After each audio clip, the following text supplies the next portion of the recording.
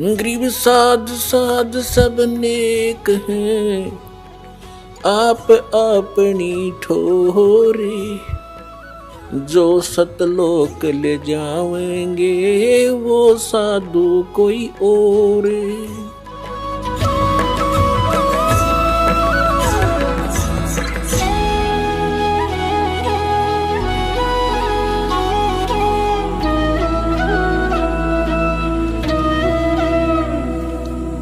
अब जो प्रसंग चल रहा है कि इस सतनाम के बारे में प्रसंग है,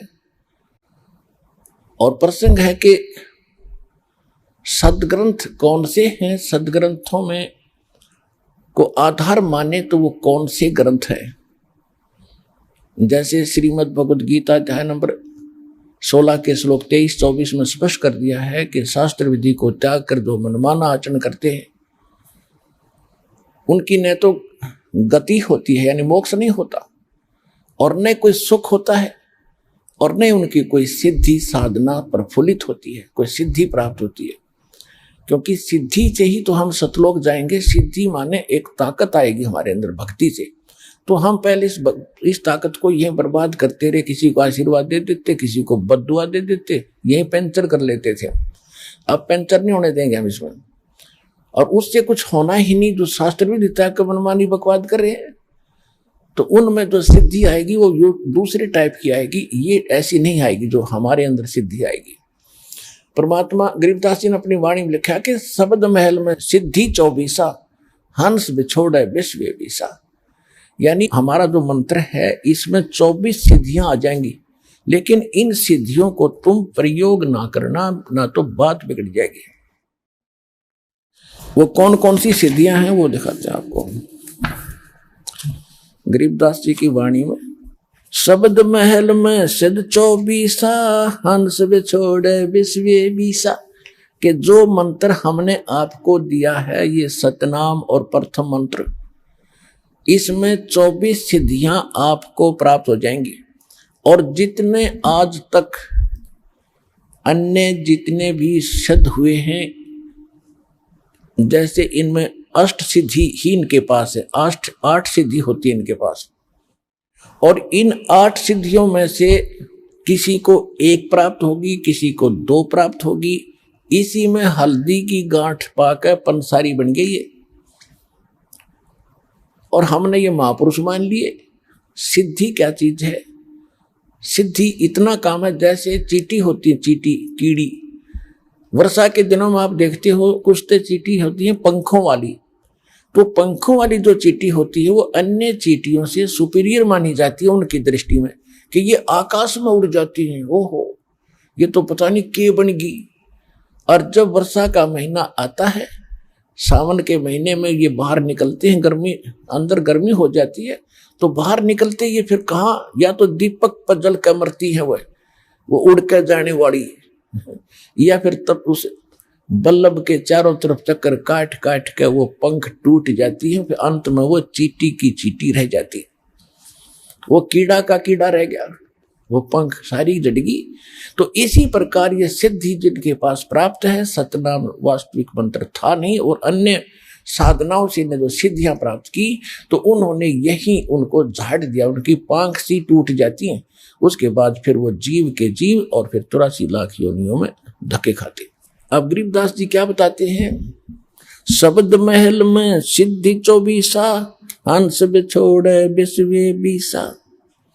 एक सिद्धि सुरदेव मिलावे, एक सिद्धि मनवृत्ति बतावे। एक सिद्धि हो पवन स्वरूपी, एक सिद्धि हो वे अनुरूपी। एक सिद्धि निस्वासर जागे, एक सिद्धि सेवक हो आगे। एक सिद्धि सुरगापुर धावे, एक सिद्धि जो सब घट छावे। एक सिद्धि सब सागर पीवे, एक सिद्धि जो युग जीवे। एक सिद्धि जो उड़े आकाशा, एक सिद्धि परलोक कह बासा। एक सिद्धि तन कष्ट तन जारा, एक सिद्धि जो हंस नियारा। एक सिद्धि जल डूब न जाई, एक सिद्धि जल पैर न लाई, एक सिद्धि बहु चोले धार, एक सिद्धि नीतत विचार, एक सिद्धि पांचों तत नीरम, एक सिद्धि जो बजर शरीरम, एक सिद्धि पीवे ना खाई, एक सिद्धि जो गुप्त छिपाई, एक सिद्धि ब्रह्मांड चलावे, एक सिद्धि सब नाद मिलावे, एता खेल खिलारी खेल, सो हम हंसा प्रगट भेल, 24 को ना दिल चावे, सो हंसा शब्द अतीत कहावे, परासिद्धि पूर्ण पटरानी, सतलोक की कहूं निशानी, सतलोक सुख सागर पाया, सतगुरु भेद कबीर लखाया, परमहंस देखो परवाना, जन कहते दास गरीब दीवाना। अब क्या बताया इसमें कि शब्द महल में सिद्धि 24 और हंस बिछोड़े विश्व बीसा। यह सिद्धि अनजान व्यक्ति का हाथ लागी तो इस जीव को भगवान से दूर करेगी। और जब आप और इस शब्द महल में, इस मंत्र में आप में 24 सिद्धि आ जाएंगी, लेकिन इनका दुरुपयोग शुरू कर दिया तो आपका पंचर हो जाएगा, आपकी पूंजी खत्म हो जाएगी, यहीं रह जाओगे। ना किसी को दुआ दो, ना किसी को बद दुआ दो, ना किसी को आशीर्वाद दो, किसी के सिर पे हाथ ना रखना, आशीर्वाद भरा। वैसे किसी के सिर में कष्ट है, मालिश कर दो खूब, कोई बात नहीं। और एक अपने गुरुदेव और भगवान के अतिरिक्त किसी के चरण नहीं छूना।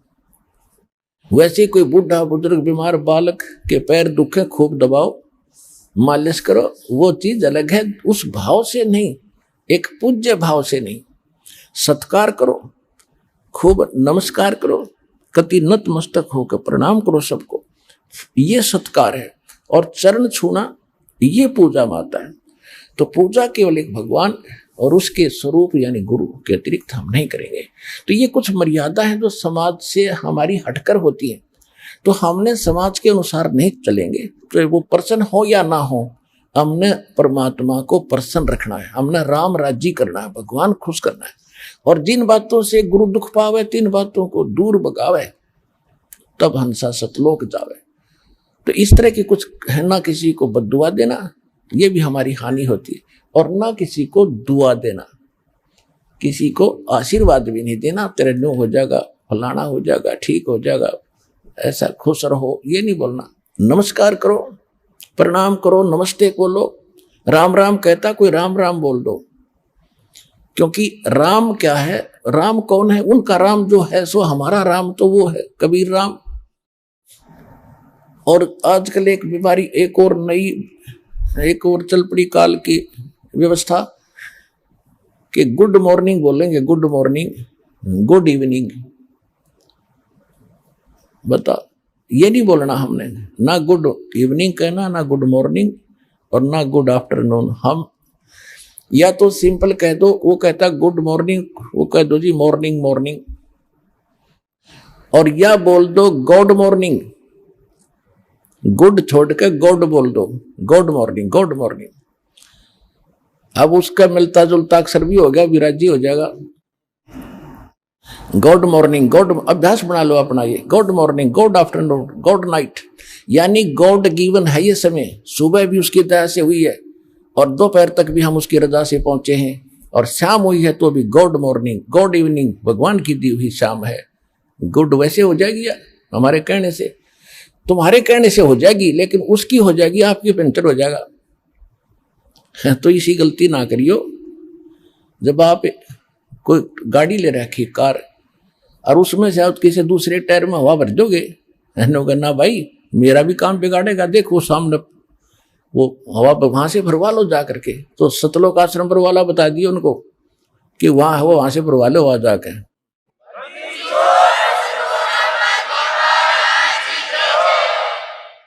तो इसमें क्या बताया है कि शब्द महल में सिद्ध 24 और हंस बिछोड़े विश्व बीसा। हमारे इस मंत्र में 24 सिद्धि आ जाएंगी। अब जैसे इनमें एक एक दो दो सिद्धि थी, उस समय पता नहीं हमारे लिए आज अलग भगवान बन गए थे ये ऋषि में। ऋषि क्या बताया एक सिद्धि सुरदेव मिलावे, एक सिद्धि मन वृत्ति बतावे। एक सिद्धि हो पवन स्वरूपी, एक सिद्धि हो वे अनुरूपी। एक सिद्धि निस्वा सिर जागे, एक सिद्धि सेवक हो आगे। अब देखो, एक सिद्धि निस्वा सिर जागे, दिन रात जागे।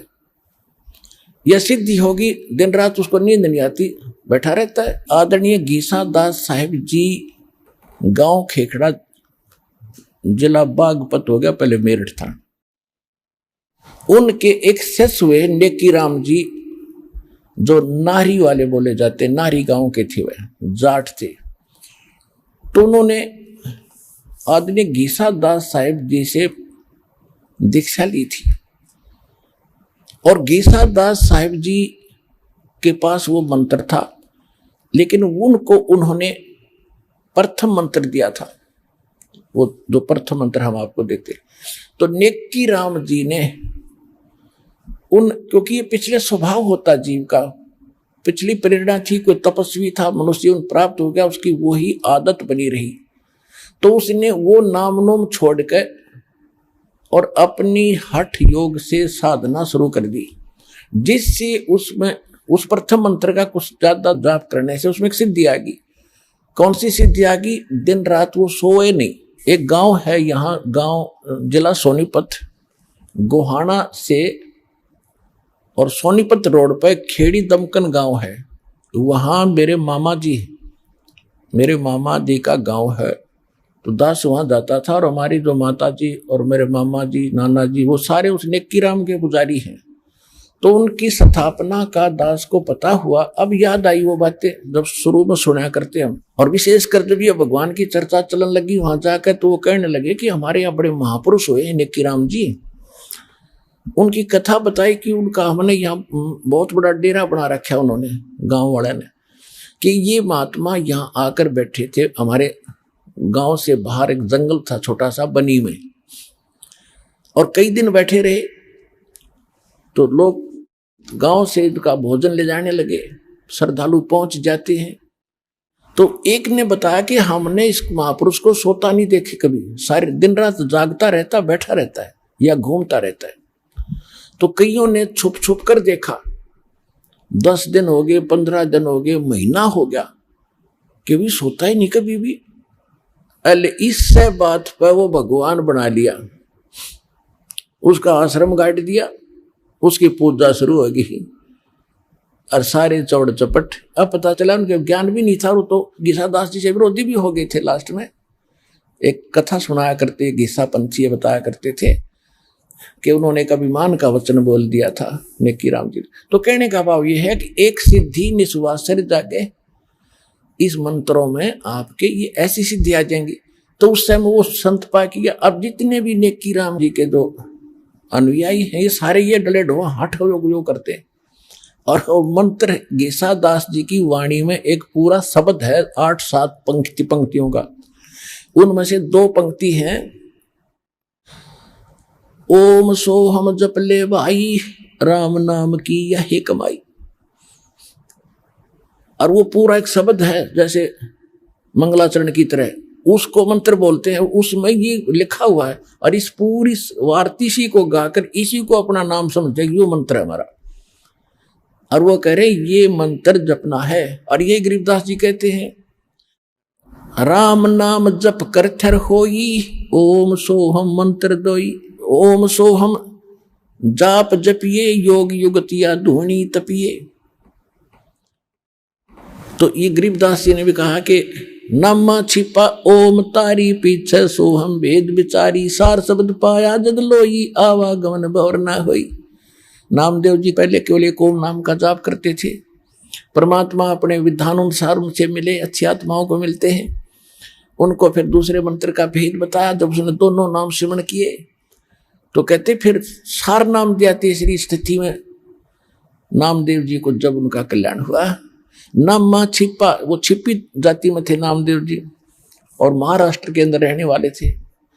नामा छिपा ओम तारी, पीछे सोहम भेद विचारी, और सार शब्द पाया जद लोई, आवागमन बहुर ना होई। ऐसे ही धर्मदास जी को परमात्मा ने मंत्र दिए थे, लेकिन उनको प्रतिज्ञा दिला दी थी कि आगे बताना नहीं है। 1997 में दास को मिले परमेश्वर और संकेत कर दिया था कि बेसे खोल दे, मैं आप देख लूंगा। किसी के पास ज्ञान नहीं है और दास को ऐसा प्रोजेक्टर, ये 2003 से हमने फिर ये प्रोजेक्टर शुरू किया, आपके रूबरू करना शुरू किया, सबके इतिहास सामने रख दिए। किसी के पास ये नाम नहीं, किसी के पास यथार्थ ज्ञान नहीं, तो अपने आप ये सारे फेल हो गए। आज जितने भी संत महंत हैं कोई नहीं तो सकता। और सरेआम मीडिया के अंदर इंटरनेशनल चैनल पर दास कम से कम 10-15 वर्ष से उनको ललकार रहा हूं कि आओ और चर्चा करो, कोई सामने नहीं आता क्योंकि उनके पास ज्ञान नहीं है, उनको पता चल चुका है।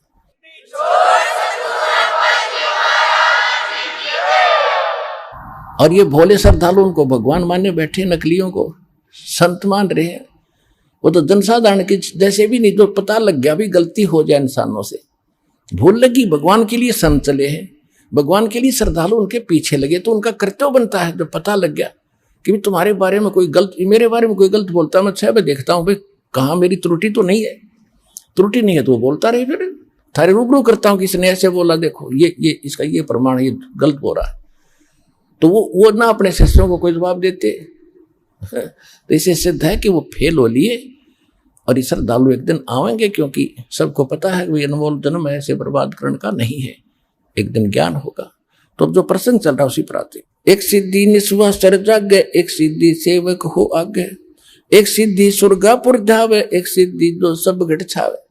एक सिद्धि ऐसी है जो स्वर्ग तक चले जाते हैं। जैसे सुखदेव ऋषि के अंदर एक सिद्धि थी आकाश में उड़ जाने की, स्वर्ग में जाने की।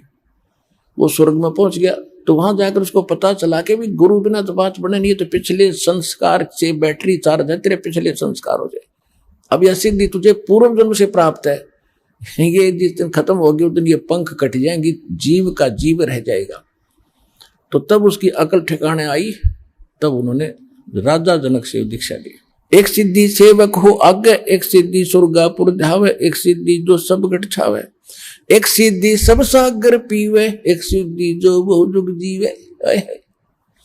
एक सिद्धि है जो सब 7 समुद्रों को पी सकता, उस सिद्धि प्राप्त प्राणी। जैसे अगस्त ऋषि ने 7 समुद्रों को एक ही घूंट में पी लिया था। अब क्या हो गया, उसके कारण कितना प्रसिद्ध हो गया। सभी देवताओं ने, ऋषियों ने हाथ जोड़े, प्रार्थना की, महाराज यह तो बात बिगड़ जाएगी, यहाँ का वातावरण नष्ट हो जाएगा, सब पाप लग जाएगा।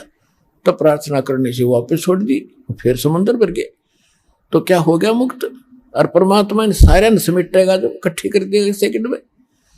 तो वो उस मालिक के पास पराशक्ति है, पराशक्ति पूर्ण पटरानी, इन सिद्धियों की जननी है। वो तो और ताकतवर है, उस मालिक के पास है। और सतलोक की कहूं निशानी, गरीबदास जी कह रहे। तो इसमें काफी वर्णन है, इसमें समय ज्यादा लग जाएगा, अब इतना ही पर्याप्त है जो संकेत समझाना था दास ने आपको। कहते हैं 24 को ना मन चावे, इन झांखे भी नहीं। देखो पुण्यात्माओं, जैसे बहुत से भगत देखे, उनकी प्रार्थनाएं भी आती हैं और वैसे भी मिलते समय भी कहते हैं जी मैंने गलती कर दी।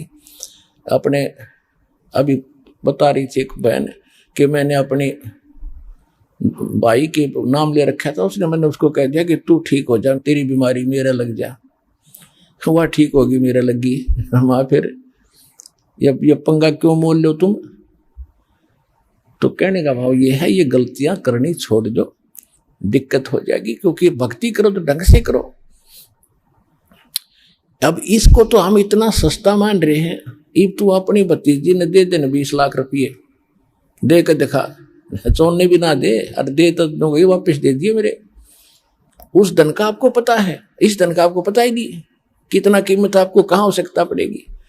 तो इसलिए ये सारा कुछ ज्ञान देकर आपको सतर्क किया जा रहा है कि कहाँ आप फाउल होते हैं, कहाँ आप मार खाते हैं, और कौन सा धन कितना कीमती आपका है, और इसको आपने कैसे सुरक्षित रखना है ताकि मोक्ष आपको प्राप्त हो सके।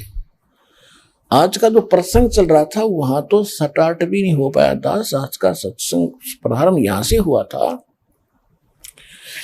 कि परमात्मा पाने के लिए हमने अपने सदग्रंथों को ही आधार बनाना है। और सदग्रंथ कौन से हैं? श्रीमद् भगवत गीता और पवित्र चारों वेद, और जो ज्ञान परमात्मा स्वयं आकर अपने मुख कमल से बोलता है। श्रीमद् भगवत गीता अध्याय नंबर 4 के श्लोक नंबर 32 में कहा है कि इन यज्ञ धार्मिक अनुष्ठानों की विस्तार के साथ जो जानकारी, यज्ञों की, यज्ञ माने धार्मिक अनुष्ठानों की विस्तार के साथ जानकारी सच्चिदानंद घन ब्रह्म के मुख कमल से बोली हुई वाणी में, सच्चिदानंद घन ब्रह्म की वाणी में कही गई है विस्तार के साथ। और उसको जानने के बाद सभी कर्मों से मुक्त हो जाएगा। उसको तत्व ज्ञान कहते हैं, जो भगवान स्वयं आकर बताते हैं।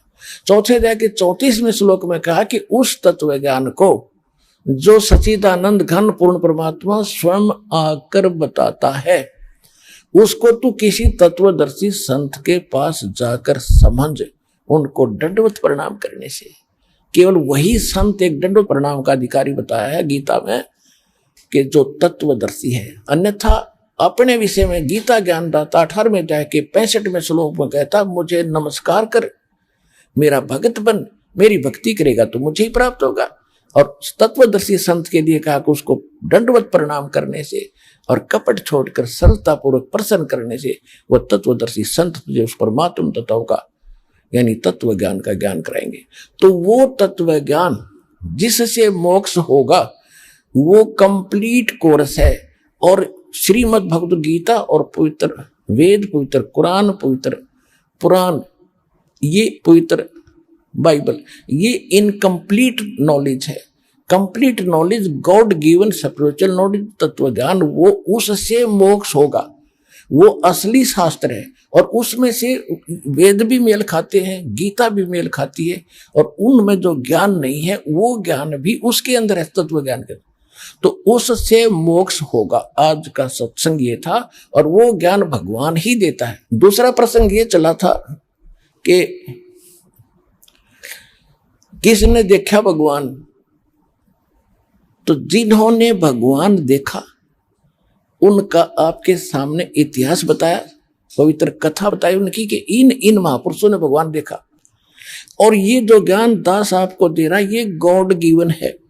ये किसी डूम भाट के गीत नहीं है कि किसी ने रोजी रोटी के लिए अपना दंत कथा बना के बकवाद कर रखी हो। 1400 एकड़ का जमीन का मालिक था, गरीबदास किसान था, गांव छुड़ानी का, कोई भाट भिखारी नहीं था कि किसी कारण से वैसे ही अपने रोजी रोटी के लिए इन घट दी होगी कहानी। ये गॉड गिवन स्पिरिचुअल नॉलेज है। तो मन को विश्वास दिलाने के लिए इन प्रमाणों की इसलिए आवश्यकता है ताकि आपको दृढ़ता आवे और भगवान के मार्ग पर आप दृढ़ रहो, आपका मोक्ष हो जाए। तो वो ज्ञान इस दास के पास प्राप्त है, इस विश्व में किसी के पास नहीं है। अपना कल्याण करो।